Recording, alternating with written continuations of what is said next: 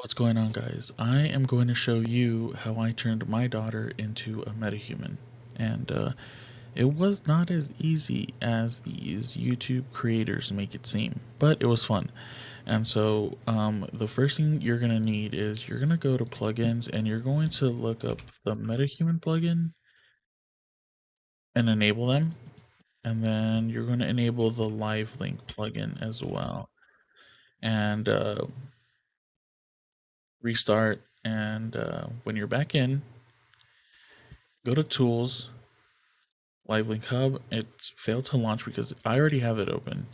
Okay, and here you're going to go to Capture Manager. It's going to start off as live data, but you're going to go to Capture Manager. You're going to add device. You're going to live link face, hit live link face, and if you don't have the live link app, I would download that before you even get started on this. And in the settings of the live link app, it's going to give you an IP address. You're going to use that IP address, type it in here. You're going to connect, and it's going to be able to read all the footage you have that you took on your phone of your face or whoever. And you're going to add that to the queue. You're going to click on that clip and you're going to select start. Okay. Now, when it's done, it's going to create capture data that you're going to end up using later for the animation. You can also use that capture data to create your MetaHuman. And so let me show you. I use the mesh, and this is the mesh here. But if you are going to use the live link footage, you can go to create components, and you're going to select from footage. But the workflow is the same whether you use a mesh or you use footage. Okay, you're going to select a frame that's you in a neutral pose, and you're going to promote that frame. And then once you promote that frame,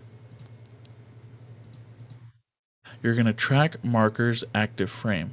It's going to create these markers around your face, and as you can see, they're pretty accurate. If not, you can like tweak them like this, but I'm just going to leave that alone. You're going to MetaHuman identity solve, MetaHuman auto rig MetaHuman identity, and then prepare for performance.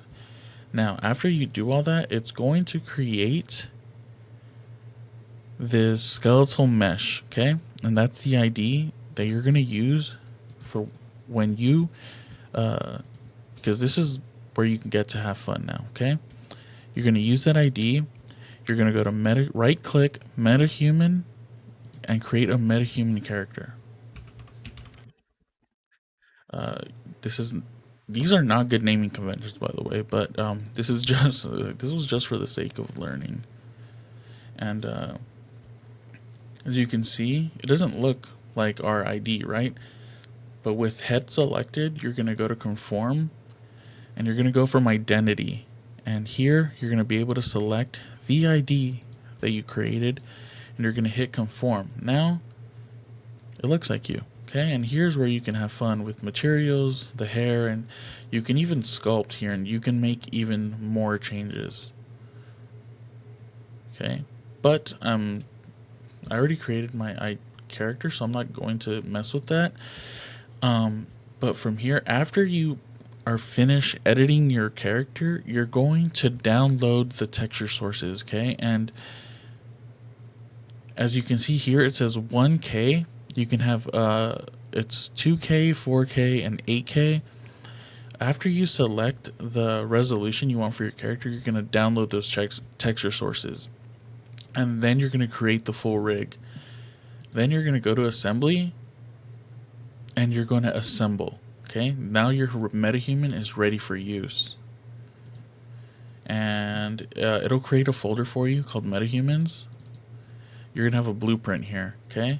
You're going to drag that blueprint out into the world.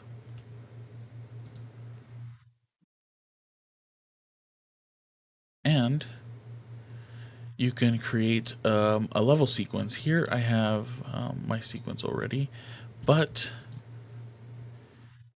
it's not animated yet. What you need to do is you right click, create MetaHuman performance and just name it whatever. And yeah,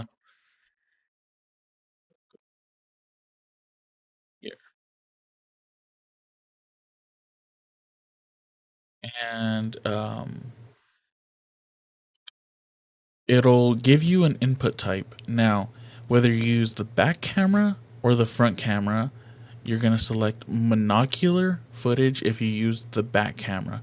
You're going to use depth footage if you used the front camera on your phone. I used the back camera, so I used monocular footage. Now, because you already have your ID, your skeletal mesh, you don't need to do you don't need to do anything. Except for the visualization, you select your ID that you want it to be visualized on. You process it. Once it's processed, you can see here it's working. She's so silly. I love her. And then I told her to act like our cat got hit by a car. And this is where you see she was like, she's like, oh, what? Okay, anyways, you're going to export that animation wherever. You're going to enable head movement, and you're going to select face archetype skeleton here, okay? And then you're going to create. Now, with that created and your MetaHuman already in the world, in your sequencer, you're going to add an audio track for that animation that you had. And what you're going to do is you're going to select, you're going to add your actor, your blueprint of the MetaHuman to this sequencer. Now you're going to delete the rigs here, okay? You can even delete the face, and there you go. You're going to leave the body. And here on the plus sign of the body, you're going to go to the animation, and I believe it's this one. Now,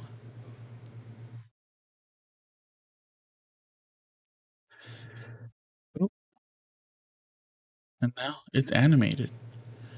And then you can just hit export, and there you have it. I still need to figure out how to put on clothes and all that, but that's how I did it. So if you found this helpful at all,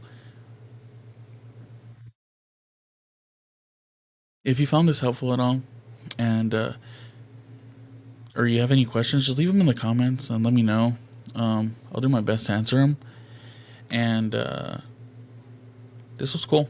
So thank you for watching. Also, I would appreciate it if you could subscribe or give me a follow. Thank you, Marty Clutch.